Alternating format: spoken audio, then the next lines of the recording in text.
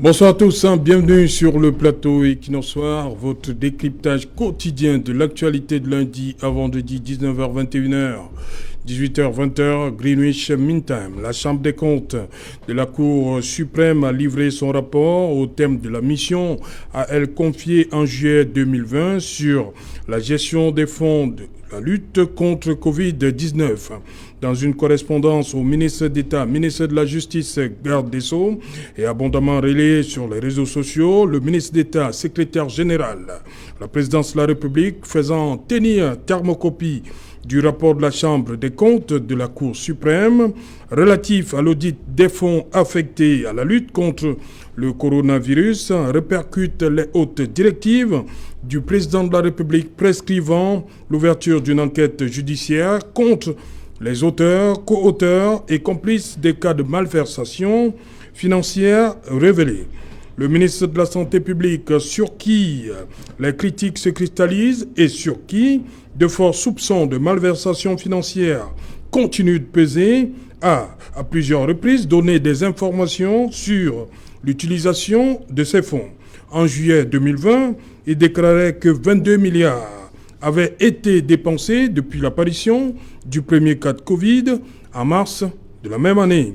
Ces dépenses, toujours d'après Manaouda Malachi, atteindront 34 milliards en décembre 2020. Pour le député Jean-Michel Nietzsche, il manque de traçabilité dans la gestion des fonds Covid.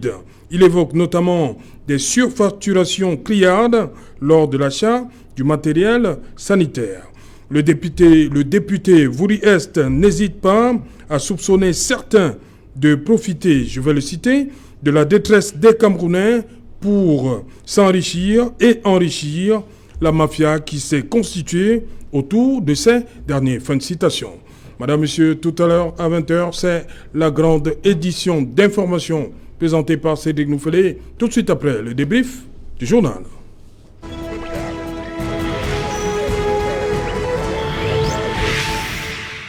Malversation financière autour des fonds Covid, le temps de l'enquête judiciaire. Pour en parler, nous avons invité en plateau ce soir Maître Augustin Gueffa. Bonsoir Maître, bienvenue une fois de plus. C'est Jean-Alain, bonsoir à tout le monde. Bonsoir Monsieur Jean-Michel Nietzsche, député de la Nation. Voilà. Bonsoir Vincent de Poliédé. Bonsoir Serge-Alain, je salue mes copanélistes et vos multiples téléspectateurs. Voilà. À côté de vous, on va dire qu'il est revenu ce soir. Bonsoir Edmond. Bonsoir Serge-Alain. Edmond Pioté. Merci, bonsoir Serge-Alain, bonsoir à mes copanélistes et bonsoir à tous les téléspectateurs d'Equinox et principalement d'Equinox Soir. En face, Docteur Louison Isomba, bonsoir, bienvenue. Bonsoir Serge-Alain, bonsoir à tous les nombreux téléspectateurs. Je voudrais saluer le club OADA de l'Université de Douala pour cette belle journée récréative et culturelle qu'ils ont tenue depuis lundi. Et je pense que ça c'est en train de bien se passer. Je salue également tous les fan clubs. Ah oui, j'allais justement demander, c'est le fan club Docteur Louison Isomba de l'OADA ou bien... Non, maintenant des Philippines, ils sont nombreux là-bas. Ah, les Philippines? Oui, très nombreux aux Philippines. Ah, ok. Et d'ici la semaine prochaine, j'irai installer le fan club Docteur Isomba à Bonabéry. Je crois que nous serons ensemble. Vous allez m'accompagner dans cette bureau de mission. Docteur Louison Isomba, oui. La Chambre des comptes, c'est quoi? Alors, il faut pouvoir indiquer que beaucoup d'États africains ont choisi l'expression la Cour des comptes. Mais pour réduire ses compétences, pour les encadrer, finalement, le Cameroun a choisi la Chambre des comptes. Alors, il faut pouvoir indiquer que la Cour suprême, qui est la haute juridiction de l'État du Cameroun, est donc structurée autour de trois chambres. La Chambre administrative, la Chambre judiciaire et la Chambre des comptes. Alors, la Chambre des comptes, c'est quoi? Tout simplement, c'est une chambre, une juridiction financière qui joue un rôle capital dans, d'abord, ainsi que l'indique l'article 41 de notre Constitution, la Chambre des comptes procède au contrôle et au jugement des comptes des comptables publics. Et l'article 2 de la loi du 21 avril 2003 précise très clairement que ces comptables émanent de l'État, des établissements publics, des collectivités territoriales décentralisées, des entreprises publiques. Et même il y avait eu un problème sur les comptables des sociétés mixtes et parapubliques. Alors, la Chambre des comptes en a décidé sur sa compétence matérielle que une fois qu'il y a la gestion des deniers publics, la Chambre des comptes se déclare compétente. Donc, c'est pourquoi, même au niveau des sociétés mixtes, la Chambre des comptes est compétente. Maintenant, au-delà de cette fonction juridictionnelle, la Chambre des comptes a une fonction extra-juridictionnelle. C'est-à-dire, elle donne ses avis sur les projets de loi sur la loi des finances de règlement. Elle intervient également au niveau des audits, parce que c'est la Chambre des comptes qui fait dans les certifications des audits. C'est-à-dire que, qu'est-ce qui se passe quand un audit a été fait pour la véracité, pour l'efficacité, et surtout pour les questions de sécurité de cet audit, la Chambre des comptes s'est saisie pour faire on peut appeler ça une contre-expertise et dévoiler son verdict, comme c'est le cas aujourd'hui pour le problème que nous avons sous la main. Alors, pour donc dire tout simplement que la Chambre des comptes est le gardien de l'ordre public financier au Cameroun. C'est-à-dire qu'une fois que les malversations sont portées sur le crédit public, sur les deniers publics, la Chambre des comptes intervient justement pour assainir tout cela.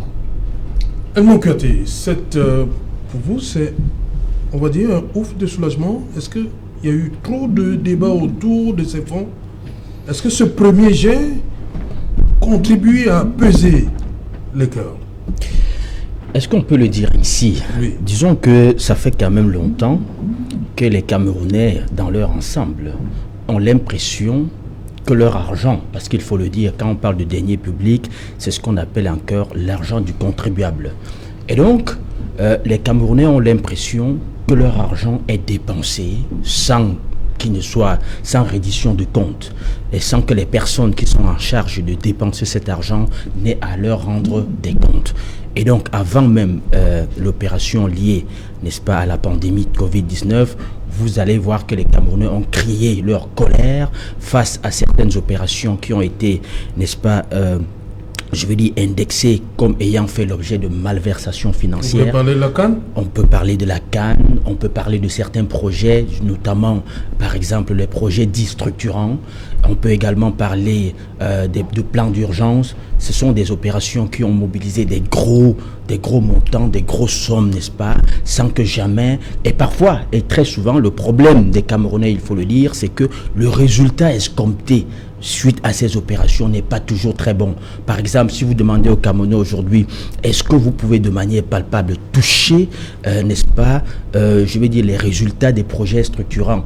Ce sera de façon mitigée qu'ils vont répondre. Si vous demandez aux Camerounais de vous dire quels sont les résultats, par exemple, du plan d'urgence, je crois qu'ils vont beaucoup hésiter pour le dire, mais à chaque fois, ils entendent que des gros montants sont sortis, mais sans que jamais ils ne voient le résultat. Et donc, l'opération de Covid-19 était simplement une opération de trop, et il faut le dire que cette fois-ci, ce n'est pas resté intramuros, c'est extramuros parce que les acteurs, les partenaires multilatéraux, notamment le FMI et la Banque mondiale, et un certain nombre d'organisations internationales, d'organisations non gouvernementales, ont un peu mis le doigt sur la chose pour dire ici, le Cameroun a bénéficié des fonds pour, n'est-ce pas, répondre à la crise, à la pandémie, mais jusqu'aujourd'hui, on ne voit pas véritablement ce qui a été fait. Et donc, c'est pour ça que certains de ses partenaires, notamment le FMI, il faut le dire, parce que nous sommes, il faut le savoir, peut-être beaucoup de Camerounais l'ont ignoré, depuis 2016, le Cameroun est sous un programme d'ajustement structurel avec le FMI. Ça, il faut le savoir, nous n'en sommes pas encore sortis. C'était un programme triennal qui était supposé se terminer en 2019, mais nous n'en sommes pas encore sortis parce que nous n'avons pas encore satisfait toutes les exigences en la matière, pas seulement le Cameroun, mais l'ensemble des États de l'Afrique centrale. Vous vous souvenez, c'était à l'époque, après le sommet extraordinaire qui s'est tenu à Yaoundé en présence de Christine Lagarde et de Michel Sapin. Et donc, le FMI, lorsque la crise est arrivée, le FMI et beaucoup d'autres organisations ont dû permettre au Cameroun, n'est-ce pas, de bénéficier de certains fonds pour faire face, n'est-ce pas, à cette Covid. Mais ils ont l'impression aujourd'hui qu'il y a eu une opacité terrible dans la gestion de ces fonds et c'est pour ça qu'ils ont dû taper le poing sur la table pour exiger qu'il y ait des comptes avant, n'est-ce pas, qu'ils ne puissent encore mettre la main dans la bourse. C'est ce qui a d'ailleurs poussé le chef de l'État à demander à son secrétaire général de demander, n'est-ce pas, des comptes. Vous avez vu que, oui, d'accélérer, vous avez vu que dans une note antérieure, le SGPR demandait déjà au MINFI de mettre débloquer 32 millions justement pour demander au compte Supé, pour que les agents du compte Supé, n'est-ce pas, se déploient pour essayer de faire un audit, de voir comment est-ce que ces fonds avaient été gérés. À l'époque, il faut le dire que beaucoup criaient déjà des malversations. Vous avez cité un nom qui est resté très célèbre dans cette opération, notamment l'honorable Jean-Michel Nitieux, qui à son époque, à la limite de ses moyens, avait fait une petite enquête et déjà démontrait qu'il y avait eu une gestion pas très saine, n'est-ce pas, au niveau du ministère des Finances. Mais ce qu'il faut dire aujourd'hui, c'est que vous allez vous rendre compte que la Chambre des comptes s'est déclarée compétente justement parce que cela va au-delà du ministère des Finances. Il y a beaucoup, n'est-ce pas, de ministères qui sont impliqués. Je crois que ce matin, c'est la nouvelle expression qui parlait du Covid Gate, justement parce que c'est un scandale à vaste échelle, à très grande échelle, qui implique plusieurs départements ministériels. Et en dehors de départements ministériels, il y a également beaucoup d'autres acteurs sociaux, notamment ceux qui étaient les prestataires, n'est-ce pas, de l'État dans le cadre de cette opération Covid-19. Vincent de Polier, beaucoup de ministères impliqués, beaucoup de prestataires, comme il a dit. Il y aura assez de place pour tout le monde dans nos pénitentiaires, là? Je ne présage pas encore de ce que sera le résultat des différentes enquêtes. Est-ce que c'est normal qu'il y ait tous ces audits autour du Covid? En réalité, des audits du côté du ministère de la Santé? Oui, c'est normal? C'est tout à fait normal. C'est tout à fait normal. Vous savez, lorsqu'on vous a confié une responsabilité, vous avez l'obligation de rendre compte. Or, les gens ne se sont pas toujours comportés de cette manière. C'est dommage que c'est les autres qui viennent nous mettre la pression pour qu'on se retrouve en train de rendre compte et de mettre la justice au pas. Parce que là encore, la justice ne s'est pas auto-saisie de ces différents cas, mais on lui demande de se mettre en branle. Ça, c'est des choses qu'on déplore quand même. Mais nous disons que l'État lui-même, dans sa manière de fonctionner, a créé des conditions pour que ce genre de choses puisse se faire. Vous voyez, entre mars et juillet, il n'y a pas une procédure qui est validée pour la gestion de ces fonds-là. Tout s'est fait dans l'urgence. La passation des marchés s'est fait dans l'urgence, sans aucun contrôle. C'est en juillet que le Premier ministre donc valide un protocole pour commencer à faire des décaissements. Mais nous disons déjà que l'État lui-même, lorsqu'il met sur pied une mercuriale qui en réalité contribue à piller ses fonds, nous avons vu les montants dont a fait allusion notre honorable Nitieux, où c'est pas les gants de 500 francs en pharmacie coûtaient 10 000. Quand l'État lui-même organise déjà cette manière de fonctionner là, en réalité, il se tire une balle dans le pied. Et en même temps, on va donc retrouver des fonctionnaires être des prestataires. On va trouver des fonctionnaires en train de créer un certain nombre d'obstacles, convaincus de ce que même ces prestataires-là prouvent largement leur compte dans les différentes opérations qui leur viennent poser. Donc, c'est tout à fait normal qu'on demande des comptes et justement qu'on regarde de près ces comptes-là. Moi, ce que je pense, c'est que il sera difficile de dire directement que un ministre est concerné, mais plutôt un ministère et des multiples acteurs à divers niveaux de responsabilité. Vous savez, il y a un journaliste qui a été traîné dans un commissariat parce qu'il dénonçait déjà ces choses-là. Il y a d'autres ministères en dehors du ministère de la Santé qui étaient déjà impliqués, qui de prime abord n'avaient rien à voir avec la gestion des fonds Covid. Donc, let's wait and see. Voilà. Maître Augustin Gueffak, vous avez salué le député Jean-Michel Nitche. Et je crois que Jean-Michel Nitche a été celui-là qui, lorsqu'il a commencé cette bataille, il a été taxé, on lui a donné tout le nom d'oiseau de notre... Est-ce qu'aujourd'hui, ces personnes-là qui ont taxé l'honorable Nitche d'avoir la mémoire sélective, vous vous souvenez? Comment ces personnes-là peuvent se sentir aujourd'hui? Ces gens-là, je demande aux différents députés que chacun regarde ses enfants au moment où cette émission passe, et réécoute honorable Nitche et se demande ce qu'il fait au Parlement. Parce que le pays se meurt. Il se meurt à petit feu et c'est eux qui cautionnent. La réalité de ce dossier, c'est que le robinet est en train de se fermer. Le seul pourvoyeur du cash flow, le Fonds monétaire international, parce que toutes les usines au Cameroun, rassurez-vous, sont à terre. À tous les carrefours au Cameroun, vous trouvez une concurrence entre la douane, la police, les mairies, pour collecter qui 1000 francs, 500 ou 300, parce qu'il n'y a plus d'argent. Aucune usine ne fonctionne, aucune activité ne fonctionne. Alors, les voleurs de la République ont une seule source, les financements qui viennent de l'extérieur. Il y avait un seul pourvoyeur, et l'unique pourvoyeur, le Fonds monétaire international, s'est réveillé et dit: pour que je vous donne la prochaine tranche, vous devez me montrer patte blanche. Donc le robinet petitement est en train de se refermer. Vous voyez que sans attendre la réponse, nous sommes déjà devant la justice. Parce qu'il faut vite faire pour convaincre le Fonds monétaire international de libérer les fonds. Or, personne n'est dupe. Vous allez voir que ce qu'on va attraper, j'ai vu tout à l'heure circuler un chef service qu'on vient de sanctionner dans un ministère, je crois, de la Santé, pour avoir au motif de corruption. Oui, on cherche déjà les boucs émissaires. Or, revenons à nos moutons.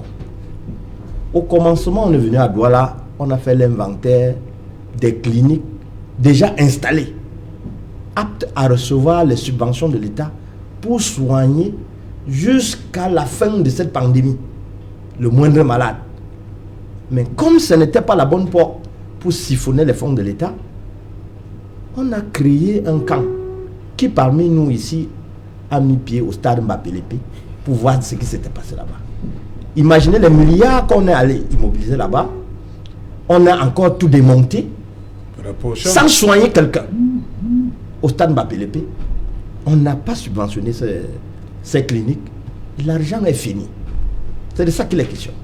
Il faut que ce soit de façon simplement expliquée pour qu'on comprenne quelle est l'urgence.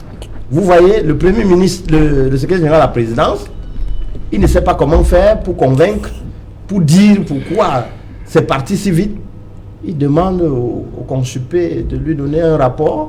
Entre-temps, c'est la Chambre des comptes qui dit: moi voici, dans les 30 secondes, on a saisi le ministre de la Justice. Alors, nous allons voir si la célérité de la justice va convaincre le Fonds mondial pour débloquer dans les jours qui suivent. La tranche qui fait problème, c'est que toutes les caisses sont vides. Voilà la réalité des problèmes. Pourquoi j'ai félicité monsieur Jean-Michel Nitche? Vous savez, on peut tromper tout le peuple un temps. On peut tromper le peuple tout le temps, mais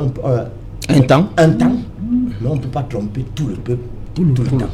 Il y aura toujours quelqu'un qui à un moment donné va dire: je me livre pour qu'on voit la vérité. Monsieur Jean-Michel Nitche s'est livré.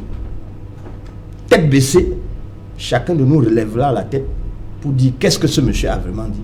Et quand chacun lit son pamphlet, nous devons avoir honte de nous-mêmes. C'est la réalité. Ce n'est pas encore culpabilisé, ce n'est pas encore définitif, Mais tout le monde voit la machine.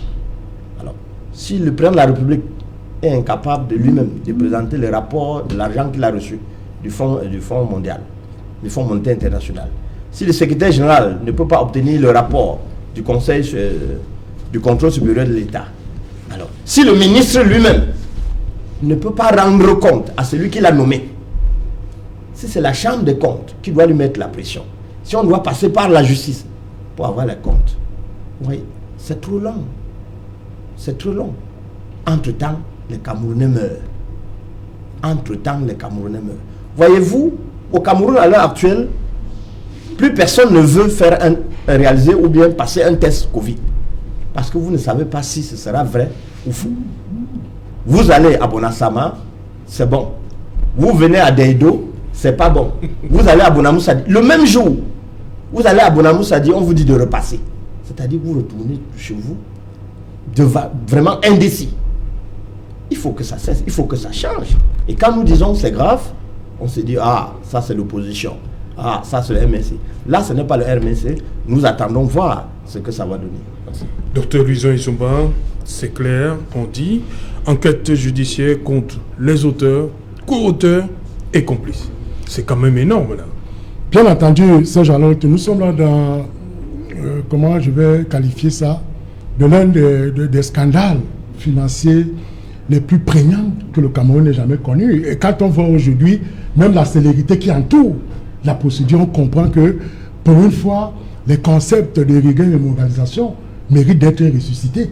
Vous savez, les gens ont transformé ça en des concepts comiques. C'est-à-dire, je bois, je vole, je mange avec rigueur.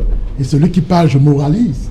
Mais aujourd'hui, les gens doivent comprendre que l'argent qui sert pour soigner des compatriotes, la vie, sauver des vies, et que des cols blancs bandits tapis dans l'or se mettent à détourner cet argent, ces gens-là, je pense que pour la moralisation de la vie publique, pour le respect de la dignité humaine, ça fait quand même c'est quand même très grave ce que nous vivons. Vous voyez aujourd'hui, je reviens un peu sur les propos de Maître Gueffak. Ce n'est pas le président de la République qui devait initier cette enquête. Le Parlement camerounais, que fait-il? Justement. Que fait-il? Parce que l'une des missions phares d'un Parlement, c'est le contrôle de l'action gouvernementale. Quand des sommes aussi faramineuses sont rentrées dans les caisses de l'État, provenant du Fonds monétaire international, et vous savez... Mais sortez Jean-Michel Nietzsche de ce...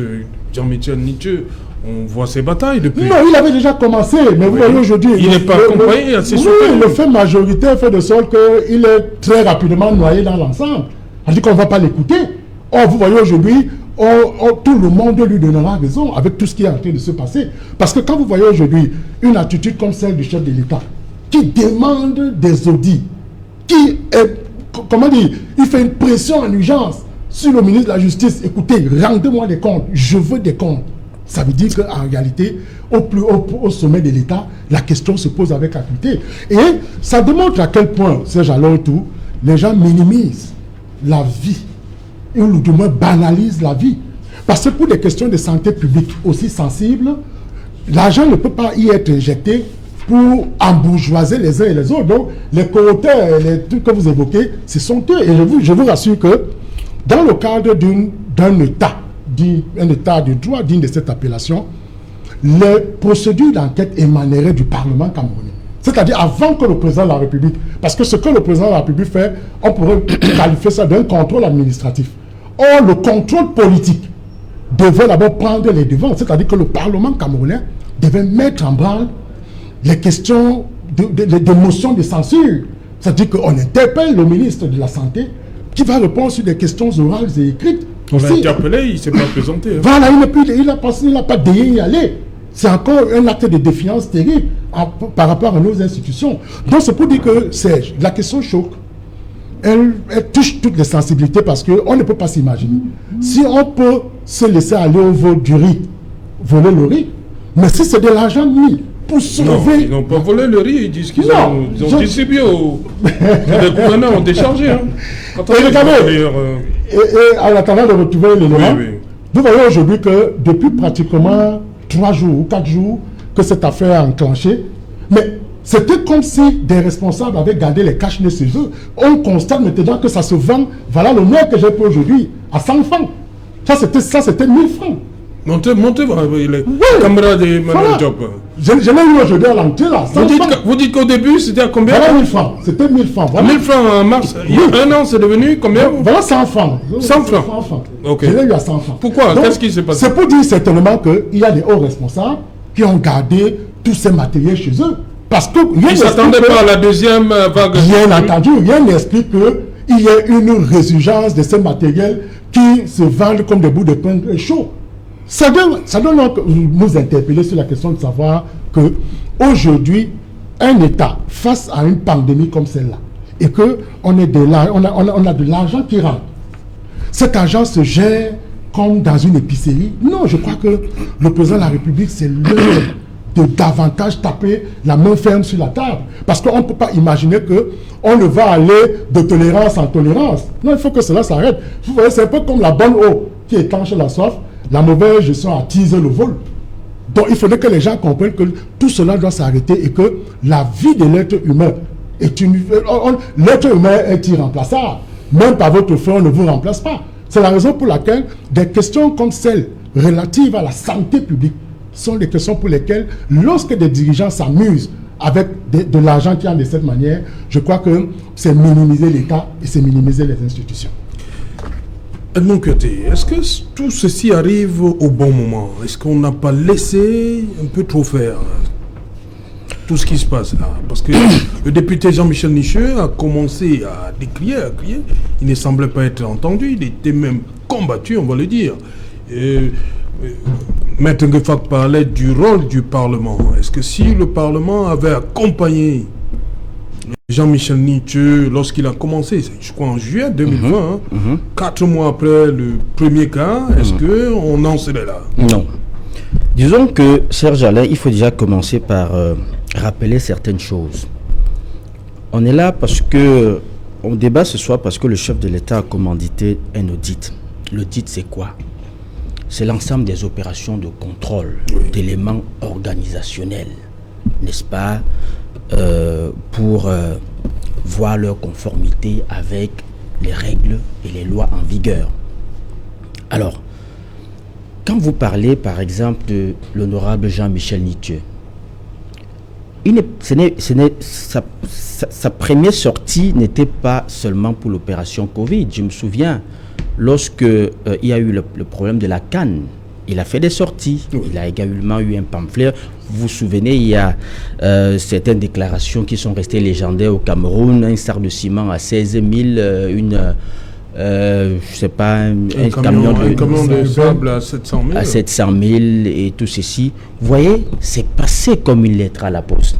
Et ça, c'est un prestataire de l'État qui avait reçu près de 2 milliards de francs du contribuable.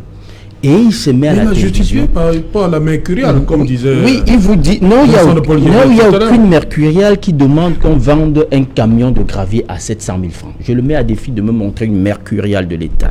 Il faut que les gens arrêtent avec l'enfumage. Il n'y a aucune mercuriale de l'État qui demande qu'on vende un camion de gravier à 700 000 francs et un camion de sable à 70 000 francs et un sac de ciment à 16 500 francs. Ça n'existe pas. Donc ça, c'était une opération de vol qu'ils ont organisée et c'est passé comme ça, comme une lettre à la poste. C'est resté lettre morte. L'honorable Jean-Michel Nicheux avait fait une sortie. À l'époque, beaucoup d'autres personnes ont fait des sorties, mais on a dit seule opposition. Mais il faut qu'on apprenne à être un peu sérieux dans notre République. Voyez-vous, je crois que beaucoup de gens se lèvent aujourd'hui pour mettre à l'index uniquement le ministre de la Santé. Mais je dois vous dire que le ministre de la Santé n'est pas seul qui a géré les fonds Covid. Il y a également, vous vous souvenez, il y a un ministre qui s'est baladé dans toute la République pour partager les seaux maçons avec des morceaux de savon. Je vous ai dit que quand on parle d'audit, c'est l'ensemble des opérations de contrôle, d'éléments organisationnels. Franchement, est-ce que vous pouvez répondre à un auditeur, que ce soit national ou international, que face à une pandémie, vous avez mobilisé l'argent du contribuable pour acheter les seaux maçons devant une crise où on demandait aux gens d'acheter, de porter des masques et d'avoir au moins des gels hydroélectriques. Au lieu que ce ministre dépense de l'argent pour acheter, n'est-ce pas, des masques, le docteur Illusion Essomba vous disait encore tout à l'heure qu'à l'époque, le masque coûtait 1000 francs. C'était pas à la portée du premier Camerounais. Oui. Donc, les gens se battaient. Vous voyez des gens qui attachaient le nez avec des foulards, avec du n'importe quoi. Ce ministre a dépensé de l'argent du contribuable. Et il a baptisé ça don spécial du chef de l'État. N'importe quoi. Vraiment n'importe quoi. Acheter des seaux maçons avec des morceaux de savon. Oui, on peut dire que le morceau de savon, c'était pour laver les mains. Mais ce dont on avait le plus besoin, c'était des masques, c'était du gel hydroalcoolique qui n'était pas à la portée de tout le monde. Mais au lieu de faire cela, il a acheté des seaux qu'il distribuait lui-même. C'est lui-même qui était sur le terrain. Il a peur qu'on détourne, non? Ben voilà. C'est mauvais quand c'est lui-même qui détourne, qui distribue. Non, mais sauf qu'il avait peur qu'on détourne, mais quand même, attendons. Donc, il a peur de ses gouverneurs dans les régions, il a peur de ses préfets, il a peur de ses sous-préfets. Pourquoi est-ce qu'il ne pouvait pas assurer, n'est-ce pas, la distribution de cette histoire? Vous vous souvenez, il y a une vidéo qui est devenue virale avec une phrase restée légendaire d'un chef traditionnel répondant à un sous-préfet, à une autorité administrative, préfet ou sous-préfet, ça ne m'intéresse pas. Mais il avait raison, le pauvre. À quoi vouliez-vous, après avoir fait une distance de près de 200-300 km, vous lui brandissez un seau et quelques morceaux de savon pour toutes ces populations? Mon Dieu, il fallait au moins lui donner... Cela allait se placer au niveau de la place du marché. C'est la question que je me pose. Le village devait venir se laver les mains. Il devait mettre le seau au centre du village et puis tout le monde devait... Et les autres chefs qui ont pris ce seau, comment ça se passe? C'est justement pour ça que j'ai dit qu'il faut que nous soyons sérieux. Et c'est pour ça que j'ai dit qu'il faudrait que cet audit soit sérieux. Serge Alain, à la faveur de la pandémie, le chef de l'État a créé un fonds spécial Covid où il a lui-même mis 1 milliard. Et les Camerounais, tous les fonctionnaires ont contribué. Docteur Luison Essomba, vous êtes fonctionnaire. Bien entendu. Si vous n'avez pas cotisé, nous avons cotisé. Tout le monde a cotisé. Je veux dire, les entrepreneurs ont cotisé, les agents économiques, les opérateurs économiques ont cotisé. Est-ce qu'aujourd'hui, quelqu'un nous a dit combien est-ce qu'à la fin, ces fonds ont donné? Ce fonds a donné quel montant?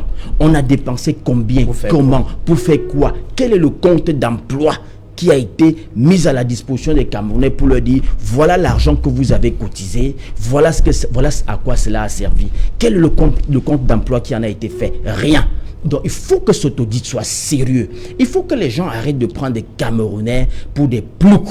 Nous ne sommes pas des ploucs. Et à chaque fois que vous voulez poser une question, on dit c'est un opposant, il est du MRC. Parce que c'est aujourd'hui devenu une politique de bouc émissérisation. Et à chaque fois qu'on veut noyer le poisson, on évoque le MRC comme si c'était des extraterrestres, comme si c'était des personnes qui n'ont pas voix au chapitre. Mais non, il faut qu'on arrête ça. Il faut qu'on arrête ça, qu'on devienne sérieux dans ce pays. Il faut que nous sachions qu'est-ce qui est devenu en dehors des fonds qui ont été mis à disposition par les partenaires internationaux multilatéraux comme le FMI, la Banque mondiale et l'ensemble des organes. L'OMS par exemple, l'OMS a mis de l'argent dans cette histoire. L'OMS a mis combien?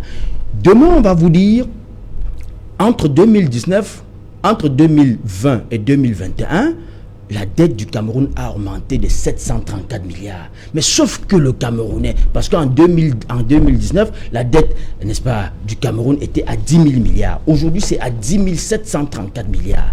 Mais alors, le Camerounais qui nous regarde, quand il entend ces chiffres tous les jours, il a bien envie de se demander, mais 734 milliards, ça a servi à quoi? Qu'est-ce que ça a amélioré dans mon quotidien? Est-ce que c'est une nouvelle route? Est-ce que c'est un plateau technique d'hôpital qui s'est amélioré? Est-ce que quand je vais à la Quintini, au lieu de voir cette peinture terne qui m'accueille et qui ajoute à ma maladie, est-ce que je vois autre chose? Quand il se dit, est-ce que quand je pars de Yaoundé pour Douala, est-ce que je vois que quelque chose s'est amélioré? Il ne voit rien et il se pose des questions. Demain, on va même mettre la pression pour rembourser cet argent, parce qu'il faut le dire, c'est le Camerounais qui va rembourser cet argent. Ce n'est pas le ministre qui va rembourser cet argent, ce n'est pas les directeurs généraux qui vont rembourser cet argent, c'est le Camerounais et tous les Camerounais, parce que nous sommes tous des contribuables. Demain, lorsque nous allons transpirer pour rembourser cet argent, mais il faut quand même qu'on se dise, bon sang, ça a servi à quelque chose, ça a servi à quoi? Et donc, pour répondre à votre question, il ne faudrait pas qu'on commette un audit uniquement parce que nous avons reçu la pression extérieure. Il faut qu'on apprenne à être sérieux dans notre pays. Il n'y a pas de gestion sans reddition des comptes. Lorsqu'on est appelé à gérer la chose publique, et on parle bien de la chose publique, il faudrait que les gens intègrent la notion de la chose publique. La chose publique, c'est la chose qui appartient à monsieur tout le monde, parce que c'est tout le monde qui contribue pour faire en sorte qu'il y ait l'existence de la chose publique. Et donc, quand on gère la chose publique, il faudrait qu'on se rende compte à un moment donné qu'on a l'obligation de reddition de comptes. Si vous parcourez, n'est-ce pas, les sites, le portail de l'ensemble des ministères qui ont géré les fonds Covid, on va vous dire, ministère de la Recherche scientifique, 6,5 milliards. Mais bon sang, elle nous avait même promis des chloroquines, qu'elle allait nous produire de la nivaquine. Au moins, ça aurait pu nous aider à combattre le paludisme. Rien n'a été fait. Le ministre de la Défense, 2,5 milliards. Ça a servi à quoi? On ne sait pas. Le ministre de la Communication en a reçu. À un moment, on nous a même dit qu'on a partagé l'argent au gouverneur et au préfet pour lutter contre les... Mais il faut qu'on arrête de jouer avec l'argent public. Il faut qu'on arrête ça. C'est l'argent public. C'est votre argent, c'est mon argent. En fait, c'est votre sueur, c'est ma sueur. Lorsque vous travaillez dur, on vous prélève l'impôt. Que ce soit le fonctionnaire, quand il prend son bulletin, il voit qu'on lui a prélevé des taxes. C'est pour cet argent-là. Il faut qu'on ait l'impression que les gens qui gèrent cet argent le gèrent à bon escient. Et donc, l'audit ne doit pas seulement être parce que nous voulons répondre aux partenaires pour bénéficier davantage de l'argent. Il faudrait que l'audit soit propre parce que la gestion de la chose publique doit être saine et doit obéir à des canons, à une certaine déontologie et à une certaine probité morale. Donc, moi, je pense que voilà. Vincent de Poulquier, est-ce que vous comprenez cette volonté des Camerounais à vouloir qu'on leur rende absolument compte par rapport à tous ces fonds qui sont tombés par rapport au Covid? Enfin, je voudrais dire de manière claire que... Alors qu'il y a d'autres scandales. Les Camerounais ont un problème avec la gestion de la chose publique. Oui. Les Camerounais, d'une manière générale, ont un problème avec la gestion de la chose publique. C'est bien qu'on s'assied ici et que l'on en parle. Mais je vous dis qu'il n'y a pas que ceux que nous imaginons. Oui. Il n'y a pas que ceux que nous imaginons. Imaginez-vous par exemple que tous les dons en matériel qui sont arrivés au niveau du ministère de la Santé ont été dispatchés dans les 10 régions. Les sacs de riz par exemple, les savons et les différents seaux sont arrivés dans les régions. Il fallait donc les dispatcher dans les départements, dans les arrondissements, dans les quartiers. Mais j'ai été témoin au niveau de Niala, où j'habite, des sacs, des paquets de riz, d'huile et de savon qu'on remettait aux membres d'un parti, aux militants d'un parti, qu'on appelait à l'appel. On l'appelait tel, il venait chercher. Qu'est-ce que vous appelez paquet de riz? On a remis 4000 sacs de riz.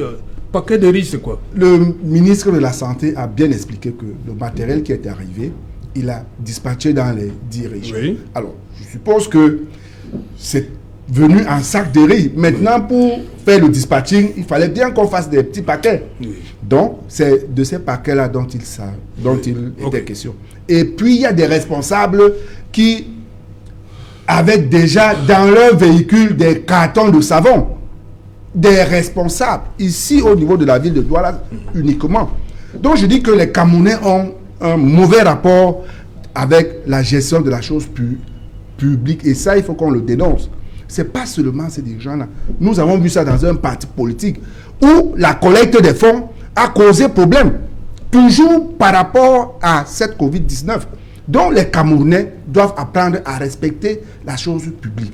Lorsqu'on vous confie la gestion de la chose publique, vous devez savoir que vous avez des comptes à rendre et vous avez l'obligation de respecter le cahier de charges. Donc, quand on nous demande aujourd'hui, c'est un système qui existe. Et pourquoi vous pensez que c'est seulement avec la gestion des fonds de Covid que le fonctionnement allait changer? Non, c'est le même fonctionnement qui a toujours existé. On a connu ça avec tous les projets. Vous voyez le tronçon sur l'axe lourd dans la ville de Douala, la sortie Est. Oui, oui. 88 milliards. 88 milliards. Sur combien de kilomètres? 14 kilomètres. Mais c'est là, le ministre des Travaux est venu ici. qu'est-ce qu'il a fait? Il a changé de prestataire et jusqu'à aujourd'hui, les travaux sont arrêtés. Non, c'est pas lui il était surpris de trouver Oui. le prestataire. Il lui a demandé qui vous a mis là. Les conséquences. Il a donc changé de prestataire. Il y a Non, il a constaté qu'on a changé. Parce qu'il était surpris de voir les Chinois. Il demande comment vous avez fait pour arriver là. Non. Après les Chinois, Oui. il y a un autre prestataire qui est arrivé. C'est Razel, pour ne pas parler de McGill, Razel. en fait. Oui. Donc, qui a commencé à faire les travaux. Et nous les avons vus s'activer pendant le Chan. Et juste après le Chan, tout s'est arrêté. Donc, c'est autant de choses qu'ils ont été habitués à faire, que le système favorise, parce qu'on ne rend pas compte, parce qu'on est là par rapport à des affinités politiques. Les gens sont là par rapport à des affinités politiques. Et tant qu'ils satisfont leurs principaux responsables, ils n'ont pas de soucis. Maintenant, c'est un cas exceptionnel parce qu'il y a un acteur extérieur qui vient jouer les troubles faits. Et là, qui pour libérer la deuxième tranche exige qu'on lui rende compte de l'utilisation de la première. Et c'est d'où tout ce branle-bas que nous observons là. Donc, si on veut, et je redoute tout simplement que l'on ne fasse une justice expéditive, qu'on ne sacrifie quelques-uns parce qu'on a besoin d'un financement. Si on veut faire cet audit et si on veut aller jusqu'au bout, qu'on contrôle toute la filière, je vous dis, vous serez surpris par ceux qui seront pris. Vous serez surpris, c'est toute une chaîne. Jusqu'au plus bas niveau tel que je l'ai expliqué là tout à l'heure. Tous ceux qui y ont touché, tous ceux qui ont touché à la gestion de ces fonds-là, pour la plupart, ont été responsables d'un comportement blâmable. Et ça, c'est la mentalité des Camerounais. Et il faudrait qu'on le souligne très haut et fort ici, là, pour condamner cette manière de se comporter. Il faut qu'on respecte la chose publique. Serge Alain, depuis que mes copanélistes ont pris la parole, je cherche les arguments pour défendre le gouvernement. Ils vous ont envoyé le défendre? Je me bats, mais je ne parviens pas. Parce que, voyez-vous, en 2020, l'État a reparti les fonds de solidarité entre 25 institutions de la République. Il y a le MINFI, il y a le MINCOM, le MINJES, la Cour suprême, le MINMI, le MINTE, ainsi de suite jusqu'à la présidence de la République, pour 180 milliards de francs. Bon. Est-ce que la Chambre des comptes a épluché les comptes rendus de ces 25 institutions? J'attends de voir. Est-ce que, je cherche toujours les arguments, est-ce que le système RDPC, subitement, qui est installé depuis 40 ans, pouvait changer de philosophie, pouvait changer de mentalité en présence du Covid-19? Tout le monde a rêvé, moi j'ai rêvé. Mais, vous savez, les habitudes ont la peau dure. ce n'est même pas les habitudes. Le virus était déjà métastasé. Donc ça a pris tout le corps. Ça ne pouvait pas changer. La réalité dans ce dossier, c'est que, comme d'habitude, ils ont cru que le Fonds monétaire international, c'était le trésor public. C'est-à-dire chacun s'assoit à étudier, il dit envoyer, et puis la voiture monte avec. Non. Comme ils avaient déjà programmé 2 tranches, la première tranche est venue, ils ont cru que c'était au trésor. On dilapide vite, et puis on fait le budget, on programme comment on va dilapider la deuxième tranche. Et puis la barrière se referme petitement.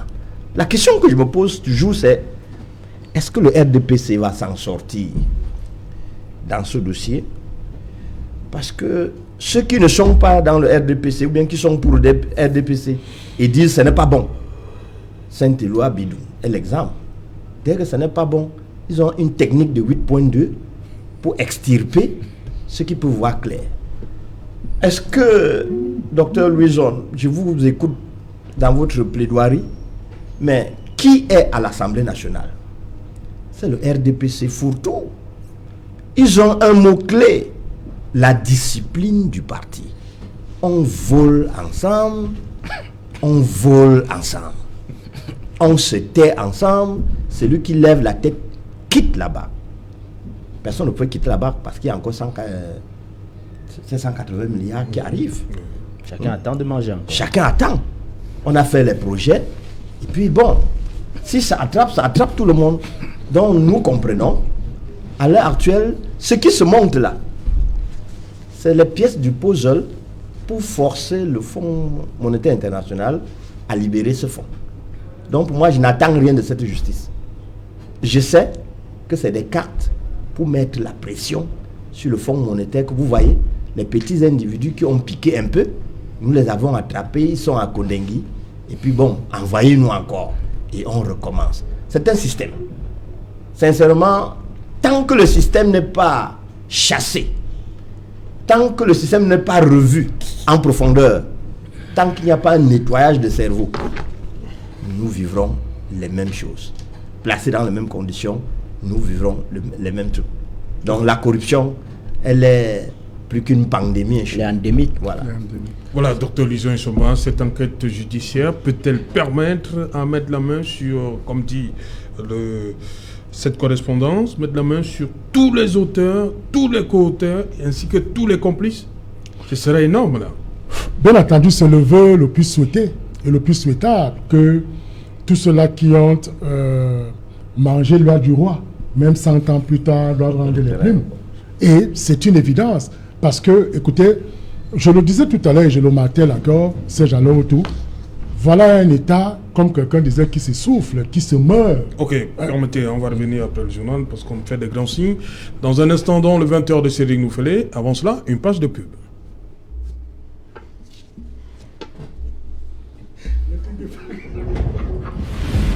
Nous avons tous vécu ces moments.